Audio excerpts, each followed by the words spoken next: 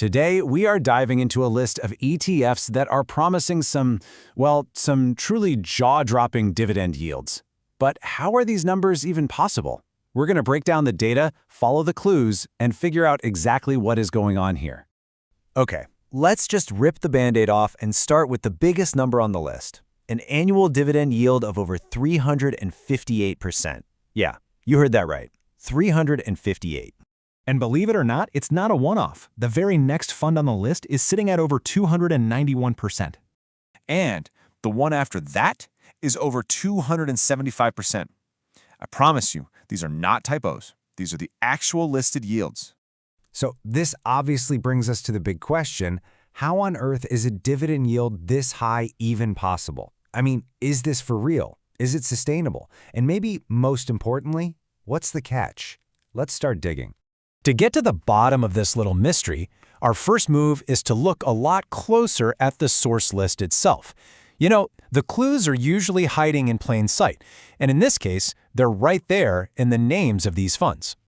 Okay, so here are the top 5 from our list. You can see the tickers, you can see those wild yields, but the real treasure map is right there in that middle column, the fund names themselves.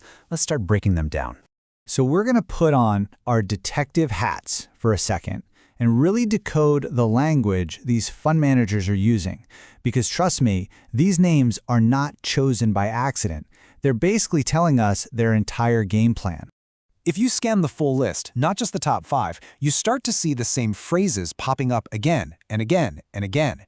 These recurring terms, they're our first huge giveaway about the strategy at play here. And here's the first big one. Option income strategy. You see this phrase everywhere. So, what does it actually mean? Well, in simple terms, instead of just buying a stock and holding on for dear life, these funds are actively trading options contracts to generate cash. And this is so important. The income isn't from company profits, it's from a trading strategy. Now, here's an even more specific term we see a lot: covered call strategy. A covered call is a super common type of option strategy. It basically means you're selling someone else the right to buy a stock you already own, but at a higher price. And for selling them that right, you collect a fee. That fee is the income. This all but confirms we are dealing with derivatives, not your classic dividend. Our third keyword is leveraged, which you might remember was right in the name of the top fund on our list. Now, leverage, it's kind of like pouring gasoline on a fire.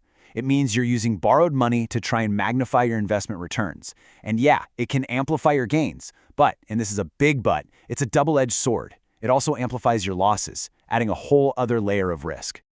Okay, so we figured out that these funds are using some pretty complex option strategies. But what are they using these strategies on? Well, that's our next set of clues, and it's just as revealing. I mean, the fund names just spell it right out for us. MSTR is for MicroStrategy. TSLA is for Tesla. Coin is for Coinbase, and some of them even mention Bitcoin and Ether directly. This just perfectly illustrates that these strategies are being applied to some of the most volatile stocks and cryptocurrencies out there. And this right here is such a critical distinction. On the left, you've got the assets these ETFs are based on, these super volatile single-name tech stocks and cryptos. And then on the right, you have what we typically think of with dividends, broad market indexes or stable, boring, established companies. It's like we're talking about two totally different universes. So, let's lay all our clues out on the table. We've got specialized language, we have hints of leverage, and we have a clear focus on extremely volatile assets. Now, it's time to connect the dots and finally solve the case of the impossible yield. So here's how it all clicks together. We started with those absolutely bonkers yields. Then we found out they're being generated by selling options. Then we saw that these strategies are being used on super volatile assets. And here's the connection, the secret sauce. The more an asset's price swings around, the more people are willing to pay for options on it. That payment is called premium, and that premium is the raw fuel for these huge yields. High volatility equals high premium, which funds the high payout. Simple as that. Okay, so what does this all actually mean for you, for an everyday investor? Why does any of this matter? Let's get to the real takeaway. The single most important thing to understand is that the word yield here is not a dividend in the way you probably think of it. It is not a share of a company's profits. It is income from an active and sometimes risky options trading strategy. And that strategy has a massive trade-off. By selling these covered calls, these funds are capping their own upside. So if Tesla or Bitcoin suddenly skyrockets, investors in these funds miss out on almost all of that growth, all in exchange for getting that income up front. If there's one single thing to remember from all of this, it's this idea right here. When you see a number that looks too good to be true, it's usually not a free lunch. It is almost always the result of a complex, higher-risk strategy that you absolutely have to understand before you even think about putting $1 in. And that leaves us with one final question to think about. I mean, these high-yield products are popular for a reason. A lot of people out there are looking for income. But now you know the trade-off. So the real question is for you, how do you balance that search for yield with your own personal comfort for risk?